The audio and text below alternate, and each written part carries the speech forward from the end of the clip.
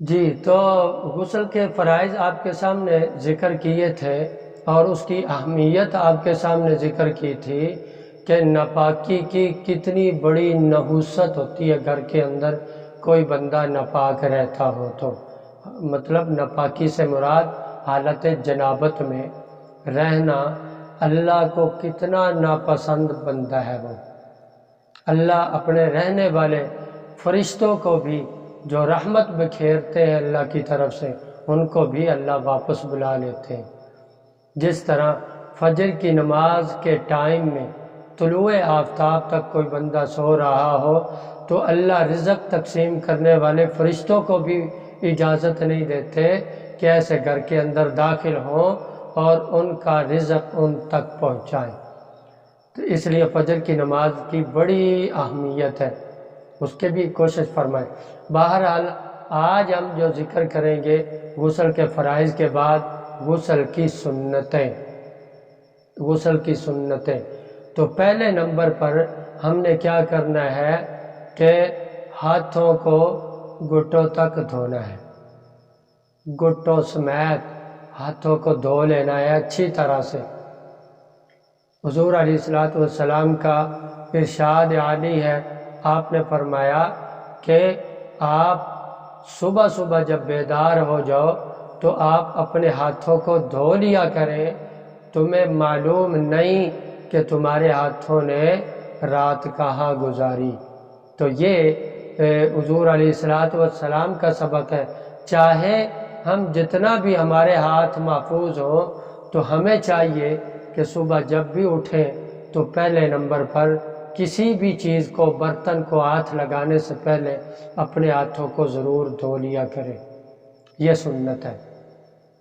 تو سنتوں پر اتنا عمل کریں کہ وہ سنت آپ کی عادت بن جائے، اور جب عادت بن جاتی ہے تو بندے کو ہر کام کرنے کے لیے سوچنا نہیں پڑتا کہ یہاں پر کیا کیا تھا جناب نبی کریم صلی اللہ علیہ وسلم نے، کیسے اس کو ادا فرمایا تھا۔ اس لیے کوشش کریں سنتوں پر عمل کرنے کی۔ شروع میں تھوڑا سوچنا پڑے گا کہ حضور کیسے واش روم گئے تھے، کیسے باہر تشریف لائے تھے، اور کیسے انہوں نے کون سا پاؤں پہلے اندر رکھا، کون سا باہر رکھا، کون سا مسجد میں پہلے رکھا، کون سا باہر پہلے رکھا ہاتھ پاؤں۔ تو یہ چیزیں آپ نے شروع میں کوشش کرنی ہے، انشاءاللہ ساری چیزیں آپ کے سامنے عرض کی جائیں گی، ذکر کی جائیں گی۔ تو پہلے نمبر پر غسل کرتے ہوئے جو سنت عمل ہے وہ کیا ہے جی؟ ہاتھ دھونا گھٹوں سمیت۔ اور پھر اس کے بعد ہے استنجا کرنا۔ ہاتھ دھو لیے، استنجا کرنا۔ استنجا کرنے کا مطلب یہ ہے کہ جسم پر کوئی اس طرح کی گندگی لگی ہو اس کو صاف کر لینا، دھو لینا۔ اس کے استنجا کرنے کے بعد پھر تیسری جو سنت ہے وہ یہ ہے کہ پاکی کی نیت کر لینا۔ تیسری سنت کیا ہے جی؟ پاکی کی نیت کر لینا۔ اور چوتھی سنت یہ ہے کہ مکمل وضو کر لینا۔ یہاں پہ ایک بڑی اہم بات آپ کے سامنے عرض کرنے لگا ہوں کہ چوتھی سنت ہے مکمل وضو کر لینا۔ اب وضو کرتے ہوئے کچھ لوگ پوچھتے ہیں جی ہمارے کپڑے نہیں پہنے ہوئے تھے، ہم نے وضو کیا تھا تو وضو ہو گیا؟ تو بڑے غور سے سنیے گا، جب غسل بڑی ناپاکی ہے، غسل کرنا یہ بڑی ناپاکی ہے، بندہ پردے کی حالت میں ہو، ادھر ادھر چار دیواری ہو اور بندہ غسل کر رہا ہو، نہا رہا ہو، تو غسل والی پاکی حاصل ہو جاتی ہے نا۔ جب غسل کی پاکی حاصل ہو جاتی ہے، کپڑے اترے ہوئے ہوں، تو یہ چھوٹی ناپاکی ہے بے وضو ہونا۔ تو جب غسل کے ساتھ پاکی حاصل ہو جاتی ہے بغیر کپڑوں کے تو وضو بھی ہو جاتا ہے۔ اس لیے یہ والا مسئلہ ذہن میں نہ رکھے، ایسا وسوسہ بالکل نہ رکھے کہ ہمارا پتہ نہیں وضو ہوا یا نہیں، اگر غسل ہو گیا تو آپ کا وضو بھی ہو گیا ہے۔ تو یہ والا وسوسہ بالکل دل میں نہ لائیں کہ کپڑے نہیں پہنے ہوئے تھے تو وضو ہوا یا نہ ہوا۔ تو وضو بھی آپ کا ہو گیا۔ تو مکمل وضو کر لیں۔ مکمل وضو کرنے کے بعد اب پانچویں اور آخری سنت کیا ہے؟ وہ یہ ہے کہ پورے جسم پر 3 بار پانی بہانا۔ پورے جسم پر 3 بار پانی بہانا۔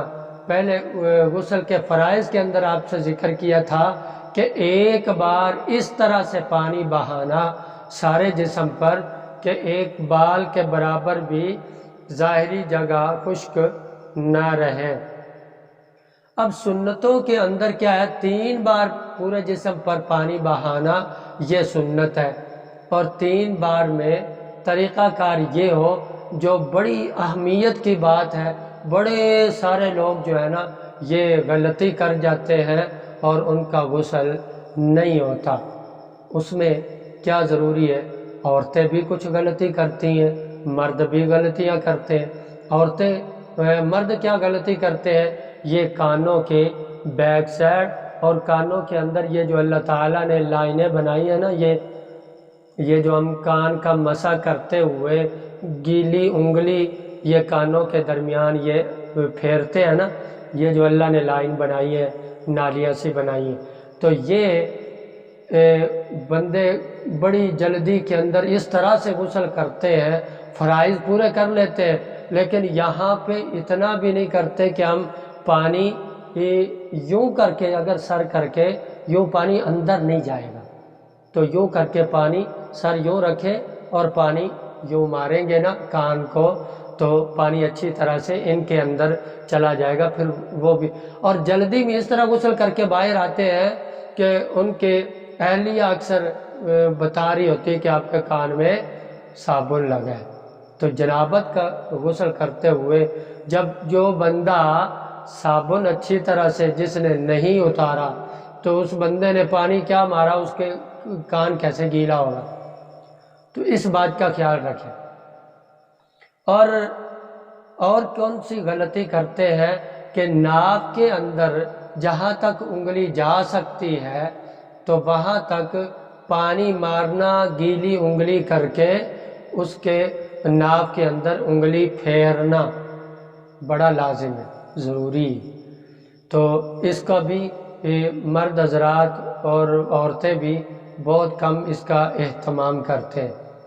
اور پھر سردیوں کے اندر جو غسل کرتے ہیں نا، تو سردیوں میں غسل کرتے ہوئے کئی ساری چیزیں وہ بندہ بے احتیاطی میں، ایک تو پانی ٹھنڈا ہوتا ہے اور جلدی جلدی میں غسل کرتے ہیں، اور یاد رکھیے گا کہ جب سردی میں غسل بندہ کرتا ہے یا وضو کرتا ہے نا، تو اس وقت خشکی آئی ہوتی ہے جسم پر اور پانی اوپر سے بہہ جاتا ہے، بندہ یہ سمجھتا ہے کہ میرے جسم پر پورا پانی بہہ گیا، حالانکہ خشکی جو ہوتی ہے وہ جسم کو گیلا نہیں ہونے دیتی، تر نہیں ہونے دیتی، اس لیے وہ بے احتیاطی کی وجہ سے وہ بس پانی بہایا اور باہر نکلنے کی کوشش کرتے ہیں۔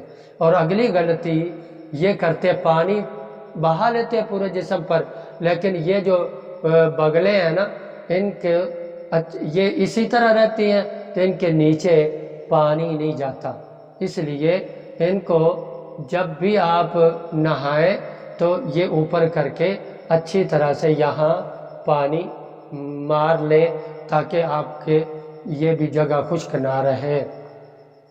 اور عورتوں کے لیے بڑی فکر والی بات جو ہے نا وہ یہ ہے، جو میں آپ کے سامنے عرض کر رہا ہوں بڑی مؤدبانہ طور پر، عورتیں نیل پالش استعمال کرتی ہیں۔ آپ پہلے نمبر پر اپنے بچوں میں، اپنی عورتوں میں یہ شوق ہی ختم کر دیں اور منع کر دیں، سختی کرنی پڑے تو جائز سختی بھی آپ کریں کہ یہ نیل پالش کا استعمال نہ کریں۔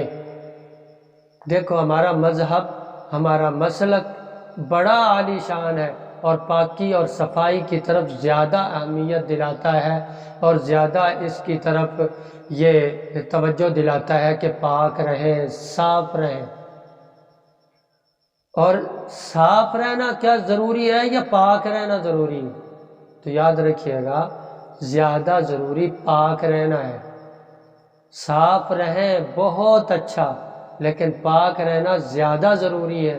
صفائی کا یہ مطلب نہیں ہے بالکل جناب وہ کاٹن کا سوٹ اور استری والے کپڑے اور روزانہ 3-4 بار نہایا ہو، اس کا یہ مطلب نہیں ہے۔ صاف رہے، کپڑے میلے ہو جائیں ناپاک نہیں ہوتے، نماز پھر بھی ہو جاتی ہے، لیکن جو پاکی کا تعلق ہے یہ آپ کی ہر عبادت کے ساتھ اس کا تعلق ہے، اس لیے پاک رہنا زیادہ اہم ہے صاف رہنے سے۔ تو صاف بھی رہے اور پاک بھی رہے۔ اللہ پاک مجھے آپ کو بہت زیادہ عمل کی، دین پہ چلنے کی توفیق عطا فرمائے۔ تو عورتیں نیل پالش کا استعمال نہ کریں، جن عورتوں نے یہ کیا ہوتا ہے تو حالت جنابت کے اندر ایسی عورتیں ان کا غسل نہیں ہوتا، پاک نہیں ہوتی جن کو نیل پالش لگی ہو۔ اور ایک اور سوال، کچھ لوگ یہ سوال کرتے ہیں کہ آج کل نیل پالش ایسی بھی آ گئی ہے جو صرف کلر دیتی ہے اور وہ طے نہیں چڑھاتی ناخن کے اوپر، اس کے نیچے پانی چلا جاتا ہے۔ تو اس کے چیک کرنے کا طریقہ آپ کو بتا رہا ہوں، بڑا ضروری اور اہم ہے۔ چیک کرنے کا طریقہ وہ ایسے چیک کرتے ہیں کہ آپ وہ نیل پالش لیں اور اس کے اوپر لگائے، کسی کاغذ کے اوپر نیل پالش لگا دیں۔ جب کاغذ کے اوپر نیل پالش لگ جائے اور پھر اس کو خشک کریں، جب خشک ہو جائے، خشک ہونے کے بعد وہ جتنی جگہ پر نیل پالش لگی ہوئی ہے اتنی جگہ پر پانی گرائیں کاغذ کے اوپر، صرف نیل پالش کے اوپر آپ قطرہ پانی کا گرا دیں۔ اگر کاغذ کی نچلی سائڈ گیلی ہو جائے تو پھر تو ان کی بات بالکل درست ہے، جائز ہے، ورنہ بالکل ناجائز ہے۔ آپ اس امتحان میں پڑھتے ہی کیوں ہیں؟ وہ مہندی کا استعمال کریں اور اپنی عورتوں کو کروائیں، خود نہیں۔ مرد حضرات کے لیے جائز نہیں ہے، عورتوں کے لیے یہ ہے کہ وہ مہندی استعمال کریں۔ اللہ عمل کی توفیق دے۔ السلام علیکم ورحمۃ اللہ وبرکاتہ۔